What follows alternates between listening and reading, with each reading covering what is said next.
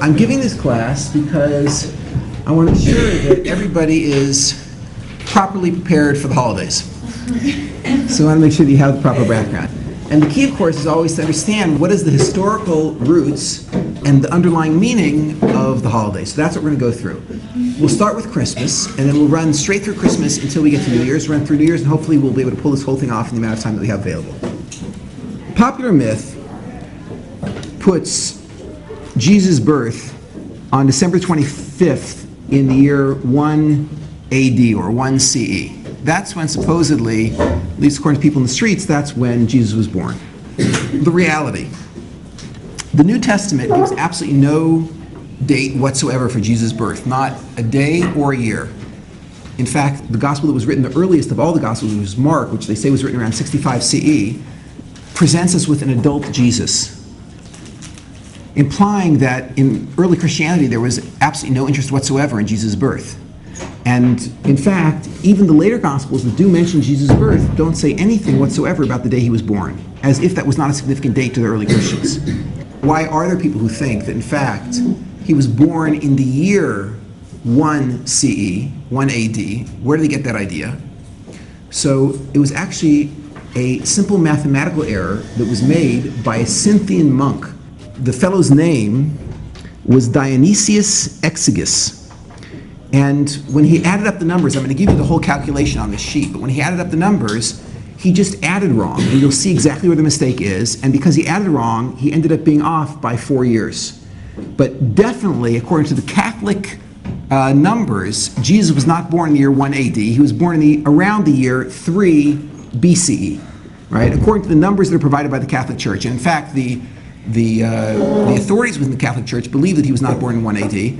The official oral tradition of the Catholics, the Jerome Biblical Commentary, has an essay by a Cardinal Fitzmyer. Fitzmyer is one of the most influential people in the English-speaking world who speaks for the Pope. And Fitzmyer writes as follows, quote, he says, "Though the year of Jesus' birth is not reckoned with certainty, the birth definitely did not occur in AD 1. The Christian era is supposed to have its starting point in the year of Jesus' birth is based on a miscalculation introduced circa 533 CE by Dionysius Exiguus." So, first of all, you should just know the year is not year 1. In other words, when the Christians count years, they are not counting from Jesus' birth. Jesus was probably born around 3 BCE. Okay. Point number 2. What about the day? In other words, the calendar date. According to the Christians, when was he born? So the earliest document that we have is from around 243 CE, written in North Africa. And this Catholic document, this original church document, called the De Pascha Computus, so it puts Jesus' birthday on March the 28th. Okay? The earliest Catholic documents we have claim that was the day that he was born. The truth is that the Catholic Church was not confident in that, and that's why when Clement, who was the Bishop of Alexandria, died around 215 CE, when he made his claim about when Jesus was born, instead of March 28th, he put it on November the 18th. Fitzmyer, this cardinal of the Catholic Church today, says they were both wrong. Both of those are based on miscalculations. Really, Jesus was born on September the 11th, 3 BCE. So however you want to cut it, March 28th, November the 18th, September the 11th, he definitely was not born on December the 25th at all. That's certain. At least that's the claims of the Catholic Church. And the truth is, there are no serious Catholic theologians or Protestant theologians who believe that he was born December 25th. Everybody knows that's not his birthday. That is the day when Christians commemorate his birth, when they remember that he was born, and they celebrate his birth. But that is definitely not the day on which he was born according to the Catholic Church. So if we're going to be celebrating, at least we should know what we're celebrating, right? We are not celebrating his birthday, because December 25th, according to nobody, is his birthday. Okay. How did December 25th come to be celebrated? So the story is as follows. During pre-Christian Roman pagan times, there was a festival that lasted from December the 17th through December the 25th. During this 8-day festival, the Roman courts shut down. Why? Because the way the festival was celebrated, this festival was called Saturnalia. The way the festival was celebrated was that everything was permitted. There were absolutely no rules. In fact, if you damaged somebody or murdered somebody during this 8-day festival, you were not held responsible. You were completely off the hook. Why? Because that was the festival. So the courts shut down during this 8-day period because there was no purpose in then staying open. You could never be prosecuted for anything you did during these 8 days.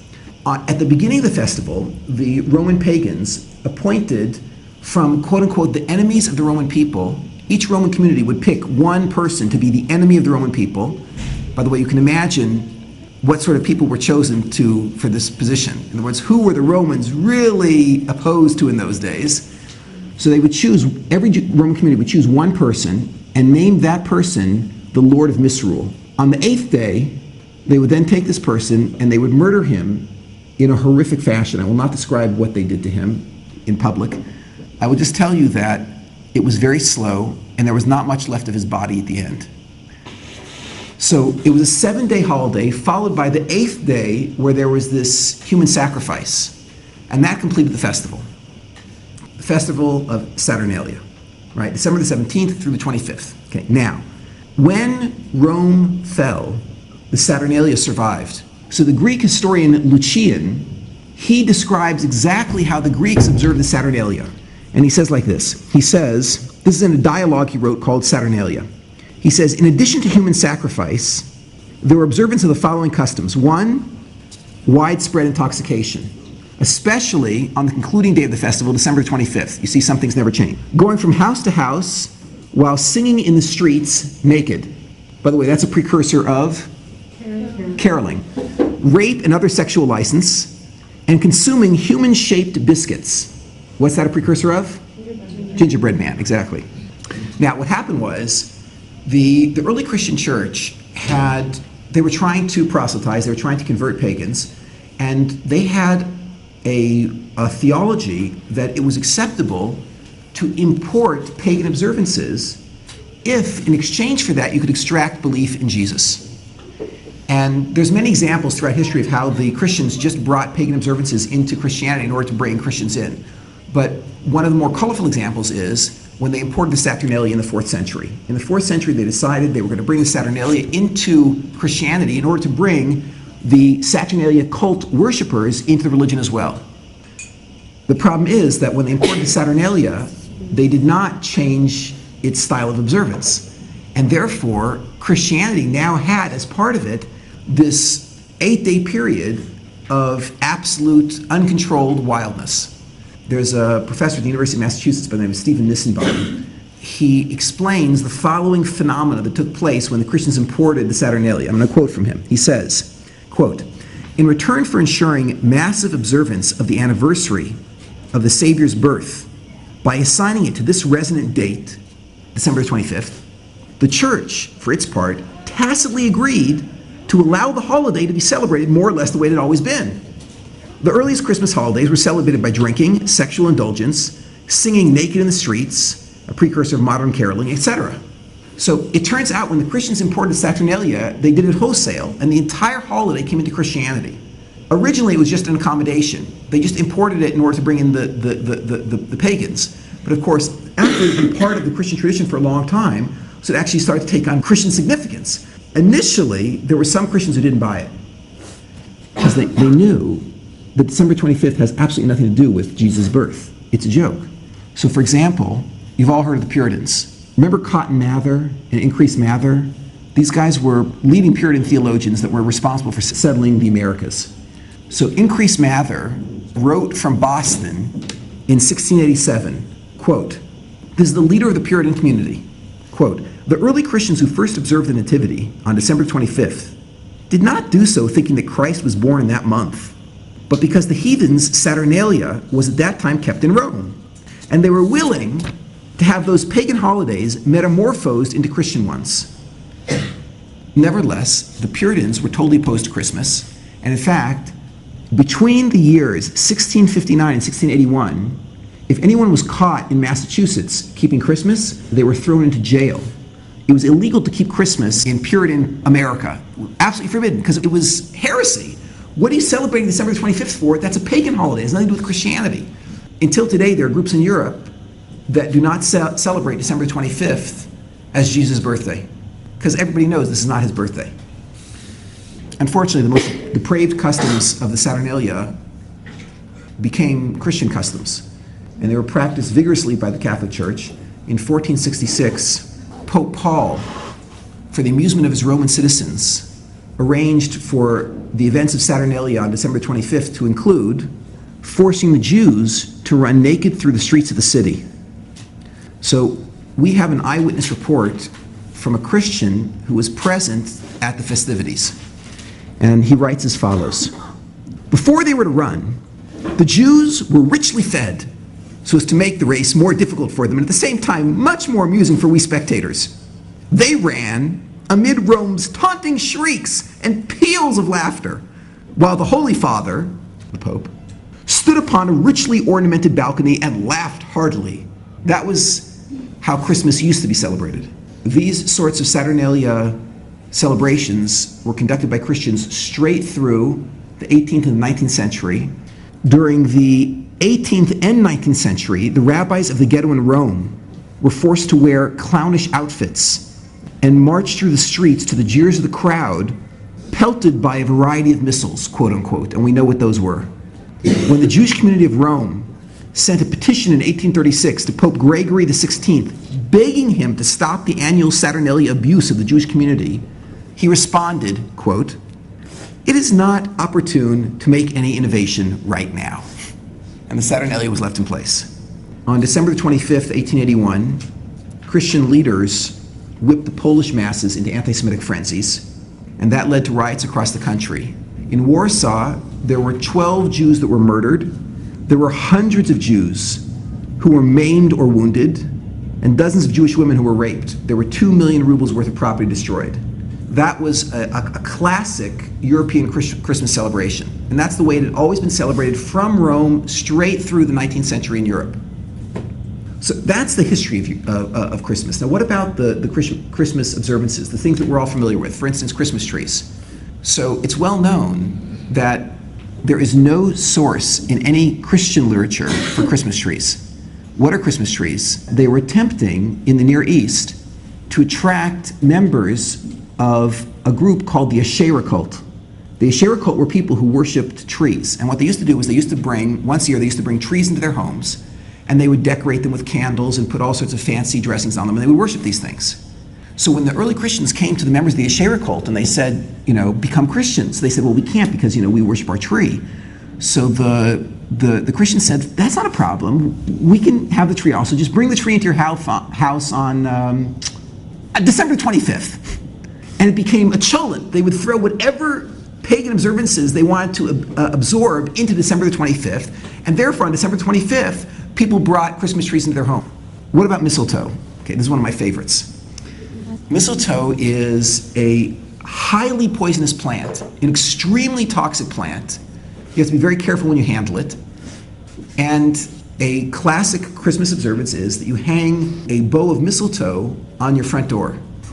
Okay, where did this come from? So, Norse mythology recounts how the god Balder was killed using a mistletoe arrow by his rival, Hoder, while fighting for the female, Nanna. So Druid rituals, which were built on this Norse mythology, used mistletoe for human sacrifice. They used to poison children with mistletoe, and that would be their sacrifice. How did it end up that people would give kisses under the mistletoe? That's a modern custom, is that a man grabs a woman and kisses her under the mistletoe.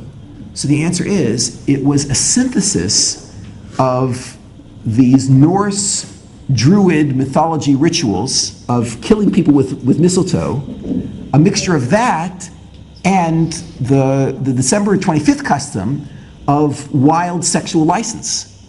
And in fact, only today in civilized America do we just give kisses under the mistletoe. As recently as 100 years ago, in Europe, on December 25th, it was considered completely acceptable for a man to grab a woman in the streets on December 25th and do whatever he wanted with her. And no one could have any complaints if she was out of her house on December 25th, she was fair game. And that was part of the Saturnalia, part of the grand celebrations of December 25th. What about Christmas presents?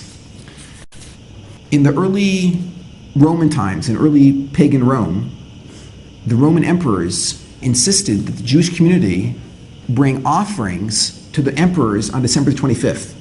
And the Jews were forced to give these presents to the emperor on pain of death.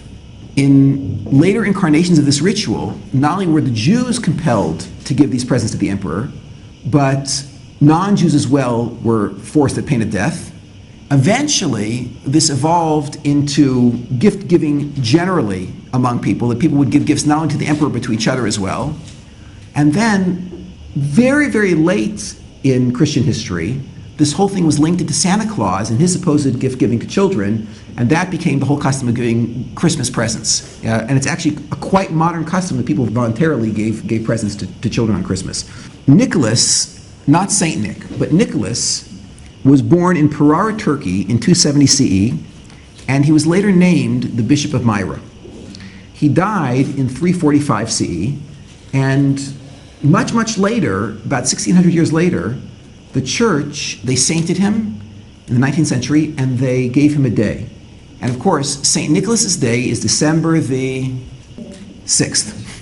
Has absolutely nothing to do with Christmas whatsoever. St. Nicholas Day is December the 6th. Just because today we celebrate St. Nicholas's memory on December the 25th, and I'll explain in a few moments how that happened. St. Nicholas was one of the chief bishops who convened the Council of Nicaea in 325 CE.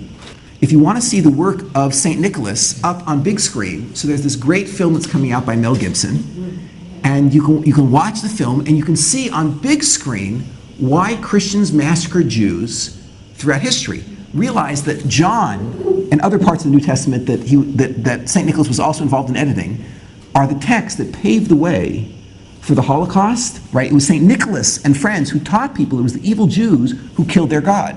So it's because of the work of St. Nicholas that we can now go visit mass graves at Auschwitz. How did St. Nicholas become the Santa Claus that we know of today? It all started in 1087. In 1087, there was a group of pagan sailors. And these sailors, who probably were not terribly interested in St. Nicholas from a Christian point of view, went to his grave in Turkey and collected his bones and took his bones to a site in Italy, in Bari, Italy.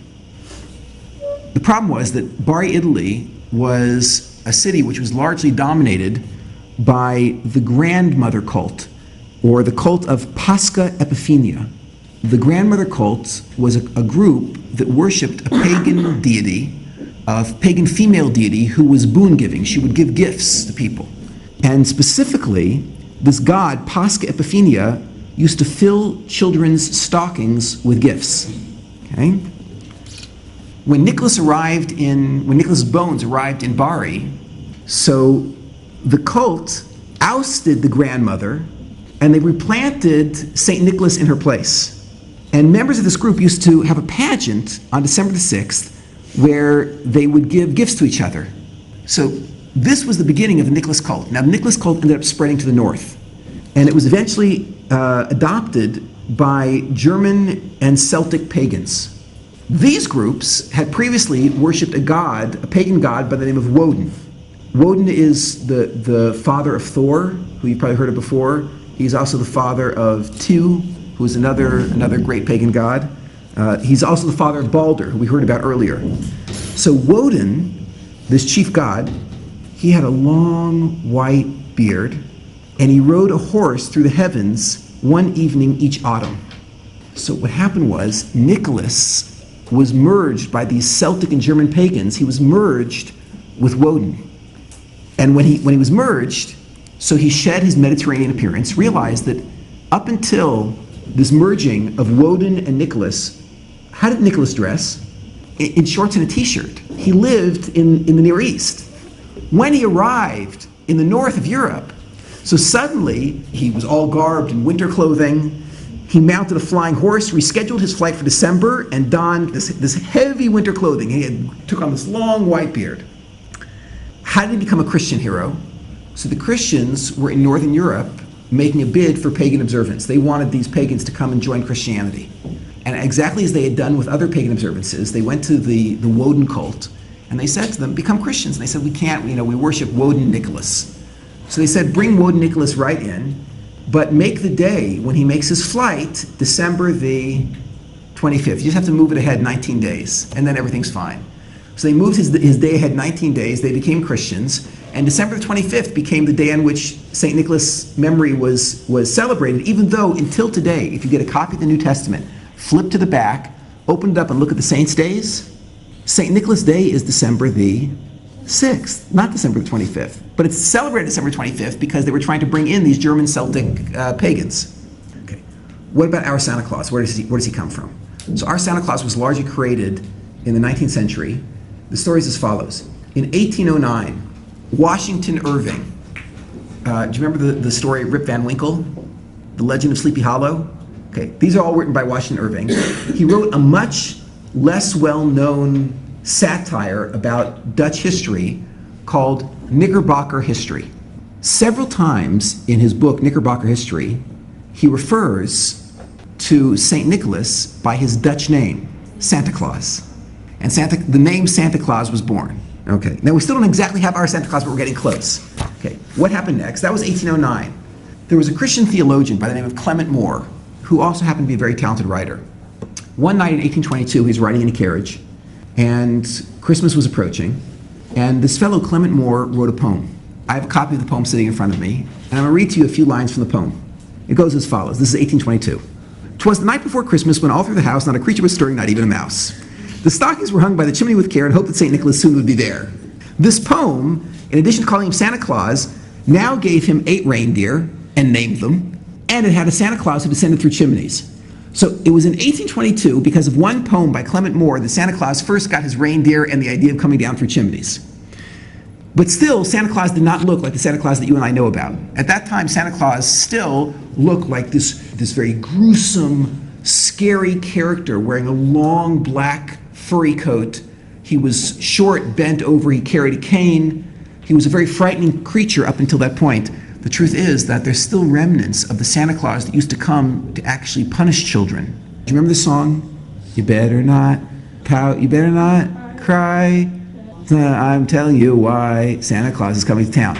Now, why are you telling the kids don't pout and don't cry? What are you warning them for? The answer is because Santa Claus, when he arrives, if you're pouting and crying, will beat the living daylights out of you, yes? So that's the reason, right? Up until the late 1800s, this was the Santa Claus. Okay, now what happened? The way that Santa Claus was transformed was there was a magazine called Harper's Weekly, and they had a great Bavarian illustrator by the name of Thomas Nast. And Nast, from 1862 through 1886, produced 2,200 cartoons of Santa Claus. So in addition to making Santa Claus a jolly fellow, so Nast also located Santa Claus for the first time ever in history at the North Pole and gave him elves. Now, of course, this is crazy because St. Nicholas lived in Turkey and was buried in Italy. So he has nothing to do with the North Pole whatsoever. But nevertheless, Nast created this whole mythology about how he lived with his elves in his workshop at the North Pole making toys for children. He was a jolly fellow. So it was really Thomas Nast that created the jolly Santa Claus that we know about. There was still one thing that was missing, though. Up until the late 1800s, even the early 1900s, whenever you would see a picture of Santa Claus, he was always dressed in black. Where's the red suit? In 1931, the Coca-Cola Corporation was in financial straits. Why? Because they just removed cocaine from their product and sales were slumping. They put in caffeine, but it just wasn't the same. You know what I mean? Yeah? So they needed some sort of clever advertising campaign that would give Coca-Cola a pick-me-up. So they hired a very famous Swedish commercial artist by the name of Hayden Sundblom to create a Coke-drinking Santa. Okay, Sundblom modeled his Santa on his friend Lou Prentice, who was chosen for being overweight, cheerful, and he had a chubby red face. The corporation, however, insisted that Santa's fur-trimmed suit be bright Coca-Cola red. And Santa was born, a blend of Christian crusader, pagan god, and commercial idol. And all the Santas that you have ever seen in your life are based on the drawings by this Swedish artist. They are the Coca-Cola Santa. That is the Santa that we know of today. Coca-Cola is also spread throughout Europe, but there's parts of Europe where there's still traditions about the old scary Santa in the black suit. It's only in America where the only Santas we've ever seen are, the red, cheery Coca-Cola Santas. Stepping back from Christmas, we're going to proceed to New Year's shortly. Stepping back from Christmas, let's just understand what the holiday is so that we can celebrate it properly. Okay? Point number 1. Christmas has always been a holiday that was celebrated carelessly. And when I say carelessly, I mean carelessly in two ways. One is that the observance was literally careless, that it was a time when Roman courts were shut down and people did whatever they felt like doing. Two, it was careless insofar as it was brought into the Christian religion thoughtlessly. No one ever asked, what connection does this really have to Christianity? People said, it's fun, let's do it. Point number two. Officially, Christmas is the celebration, it's the commemoration, it's the day when we celebrate the birth of Jesus. That is, the God who came to earth once and for all to do away with Judaism. He announced that the Old Testament is null and void, that mitzvahs need no longer be kept, that the Jews have been abandoned because they're an evil, sinful people, and that now that they've been abandoned, there's a new chosen people, the Christians, and there's a new Bible, the New Testament. And the Jews have no business from now on ever observing their religion. Their religion is dead and gone. That is the meaning behind the celebration of December the 25th. That's the meaning that a Catholic would attach to it or a Protestant would attach to it. Point number three, Christmas is a lie. Jesus definitely was not born on December 25th. Even a Christian will tell you that. Point number four, historically December the 25th is a day on which Jews have been shamed, tortured, and murdered. Point number five, many of the Christmas customs, including Christmas trees, mistletoe, Christmas presents, and Santa Claus, are just modern incarnations of the most depraved pagan rituals ever practiced on this planet. Often when I give this talk, people get angry with me. And they say, Kelemen, cut it out. We just want to have fun. We don't need to know all of this stuff. We don't intend any of this. We're not celebrating Christmas because of what Christmas means. It's just a nice time when people get together with good cheer and are nice to each other, and they give presents, and they celebrate, and it's fun, and you're ruining the whole thing. And I understand that sensibility. I understand why people feel that way. To people who feel that way, I would just ask the following question. There's a holiday which is not celebrated widely in America. It's only a very, very small population in America that celebrates April the 20th. There's a slightly larger German, Austrian, Polish population that celebrates that day. April the 20th is Hitler Day. It's the day on which Hitler was born, and it's celebrated by neo-Nazis around the world. Imagine that April the 20th became a more popular holiday, and slowly, as its historical roots were forgotten, it spread throughout popular culture. Imagine 5 generations from now, your great-great-great-grandchildren are getting all dressed up, and they're heading off to a Hitler Day celebration.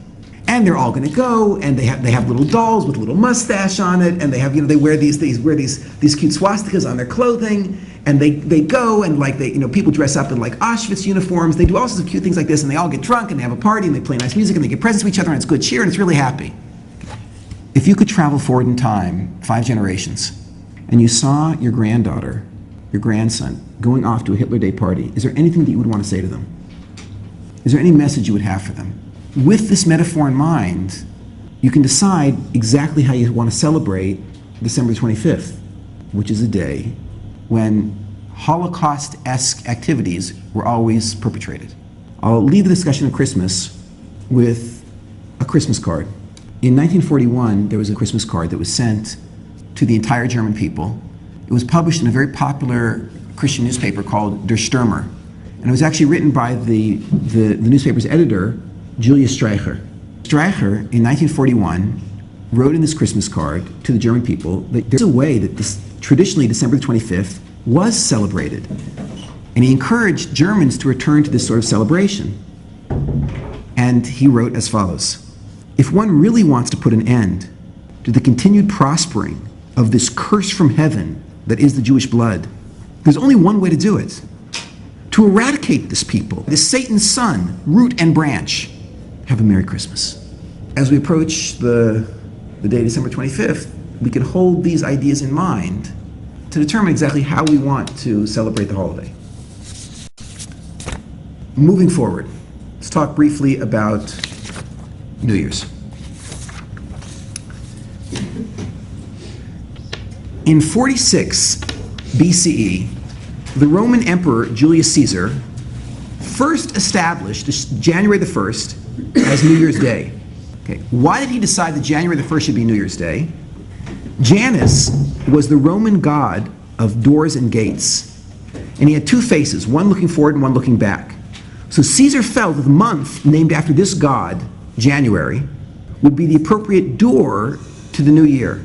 So it turns out the first January 1st that was ever celebrated was celebrated and dedicated to a pagan god, January, and that's why Janus, and that's why until today, January, the month named after that pagan god, is celebrated as the beginning of the year. What did the first New Year's party ever look like? Caesar celebrated the first January 1st New Year by ordering the violent routing of revolutionary Jewish forces in the Galilee. Eyewitnesses say that the streets literally flowed with blood. In years later, Roman pagans observed the New Year by engaging in drunken orgies, a ritual they believed constituted a personal reenacting of the chaotic world that existed before the cosmos was ordered by the gods. And again, that's pretty much how New Year's is celebrated today. As people are getting together in Times Square, people will be getting drunk, there'll be wildness, police will be out in full force. The New York Police Department was actually formed in response to celebrations that took place this time of year. As Christianity spread, pagan holidays were either incorporated into the Christian calendar or abandoned altogether. By the early medieval period, most of Christian Europe regarded Annunciation Day, which was March the 25th, as the beginning of the year. What's Annunciation Day? According to Catholic tradition, that was the day when the angel Gabriel told Mary that she'd be impregnated by God and conceive a son to be called Jesus. So the pagans celebrated January the 1st as the beginning of the year, but the Christians said, no way, that's not a Christian holiday. March the 25th is the beginning of the year, Annunciation Day. When was the first time that Christians ever celebrated January the 1st as the beginning of their year?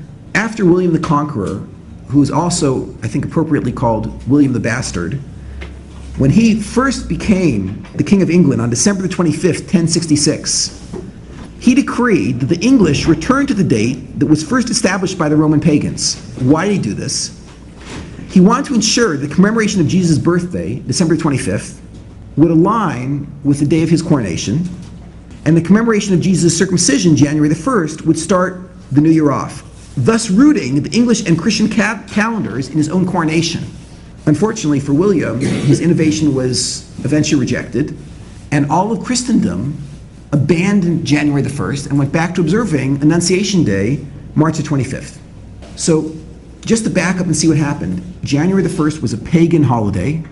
March 25th was the beginning of the Christian New Year. William the Bastard tried to get January the 1st to be the beginning of the Christian year. The Christians followed it while he was alive, and when he died, they rejected it and went back to March the 25th. 500 years later, we're talking very recently in history, in 1582, one of the most vicious anti-Semites ever in history, Ugo Bon Compagni, who is also called Pope Gregory XIII, abandoned the traditional Julian calendar. Why? Okay. The calendar that had been set up by Julius Caesar reckoned the solar year as being 365 and a quarter days, which is not correct. That's really wrong. What he used to do was, he used to intercalate a leap day every 4 years in order to maintain the correspondence between the calendar and the lunar and solar cycles. Really, however, the solar year is, and the Talmud knew this 2,000 years earlier, the solar year is 365 days, 5 hours, 48 minutes, and 46 seconds, or 365.2422 days, not 365. So this slight inaccuracy caused the Julian calendar to slip behind the seasons about 1 day per century, and although this regression had amounted to 14 days by Pope Gregory's time, he based his reform on the restoration of the vernal equinox, which is March the 11th, to the date it had 1,257 years earlier. Why? Because 1,257 years earlier was the Council of Nicaea, which was called on March 21st, 325 CE. So Pope Gregory, the anti-Semite, wanted to root the new calendar in one of the most anti-Semitic conferences that ever took place, the Council of Nicaea, where they put together John and the rest of the New Testament. Pope Gregory made this correction by advancing the calendar 10 days. The change was made the day after October the 4th, 1582, and the following day was established as October the 15th, 1582. The Gregorian calendar, that's the calendar that America currently operates on, differs from the previous Julian calendar in 3 ways, 2 of which are irrelevant for our purposes, but one of which is interesting. The first is No century year is a leap year unless it is exactly divisible by 400. So for instance, the year 1600, the year 2000 could be a leap year. Okay. Number 2, years divisible by 4,000 are common, not leap years. And number 3, and here's the key innovation, starting with Pope Gregory in 1582, the new year would again begin with January the 1st. So the reason that we celebrate today, January the 1st, is because of Pope Gregory and the Gregorian calendar. That is, we're celebrating the new year that was set up by this Gregory. To really appreciate how New Year should be celebrated, you have to know a little bit about Pope Gregory, so you can really get into the spirit of the day. On New Year's Day, 1577, Pope Gregory XIII decreed that all Roman Jews, under pain of death, must listen attentively to the compulsory Catholic conversion sermon given in Roman synagogues after Friday night services. Okay, now imagine that you're living in a little town, and somebody in that town makes a decree that all of your little boys and girls, after services on Friday night, should be brought to a compulsory conversion service where they'll be taught Catholicism. Okay, imagine how you would feel about such a person. Next step. On New Year's Day, 1578, Pope Gregory's warming up. He signed into law a tax forcing Jews to pay for the support of a, quote, house of conversion, end quote, that was set up to convert Jews to Christianity. So Jews are now paying for this tax that will then pay the bishops to come and convert the Jews. On New Year's 1581, Gregory finally ordered his troops to confiscate all sacred literature from the Roman Jewish community. That is, they went in, they took all the copies of the Talmud, they broke into synagogues, they took all copies of the Sifrei Torah, of the Torah scrolls. Okay, now the problem was that some of the Jews were not enthusiastic about giving up their Torah scrolls. So thousands of Jews were murdered in the campaign in the most horrific manner. They were flayed alive. Jews were tortured. It was a Holocaust, yeah, conducted by Pope Gregory. Throughout the medieval and post-medieval periods, January the 1st, supposedly the day on which Jesus' circumcision initiated the reign of Christianity and the death of Judaism, was reserved for anti-Jewish activities, synagogue and book burnings, public tortures, and simple murder. Until today, that's how many people like to celebrate January the 1st. The Israeli government decided that it was inappropriate for Jews to celebrate a Gregorian New Year's in Israel, and therefore New Year's celebrations in Israel are discouraged. Instead, there has to be a party on December the 31st at night. So instead of having a New Year's party, what happens in Israel all across this country are they have Sylvester parties. Okay, now Americans are not familiar with Sylvester. Sylvester was a great Christian theologian. He was the quote-unquote saint and pope who was ruling during the Council of Nicaea. The year before the Council of Nicaea, Sylvester convinced Constantine to prohibit Jews from living anywhere in the area of Jerusalem. And of course, there were a lot of Jews who didn't want to give up their homes. But Constantine, at Sylvester's urging, went and just slaughtered any Jews who wouldn't leave. At the Council of Nicaea, Sylvester arranged for the passage of a host of viciously anti-Semitic legislation. All Catholic saints are awarded a day on which Christians celebrate and pay tribute to their saints' memory. December the 31st is St. Sylvester's Day. Hence, celebrations on the night of December 31st are dedicated to Sylvester's memory. So tonight, as all the parties begin, and people start making toasts and drinking and having a good time, in Israel, what we're celebrating is not just the circumcision of Jesus and the end of Judaism's reign on earth, the demise of Judaism. Here we're actually celebrating the memory of the Pope who reigned over the Council of Nicaea, St. Sylvester, the man who was responsible for thousands and thousands of Jewish deaths. With all of this in mind, I wish you a Happy New Year. That concludes our presentation of Ancient Wisdom for Modern Minds by Lawrence Kelemen. For more tapes by Lawrence Kelemen, visit www.lawrencekelemen.com. That's www.lawrencekelemen.com.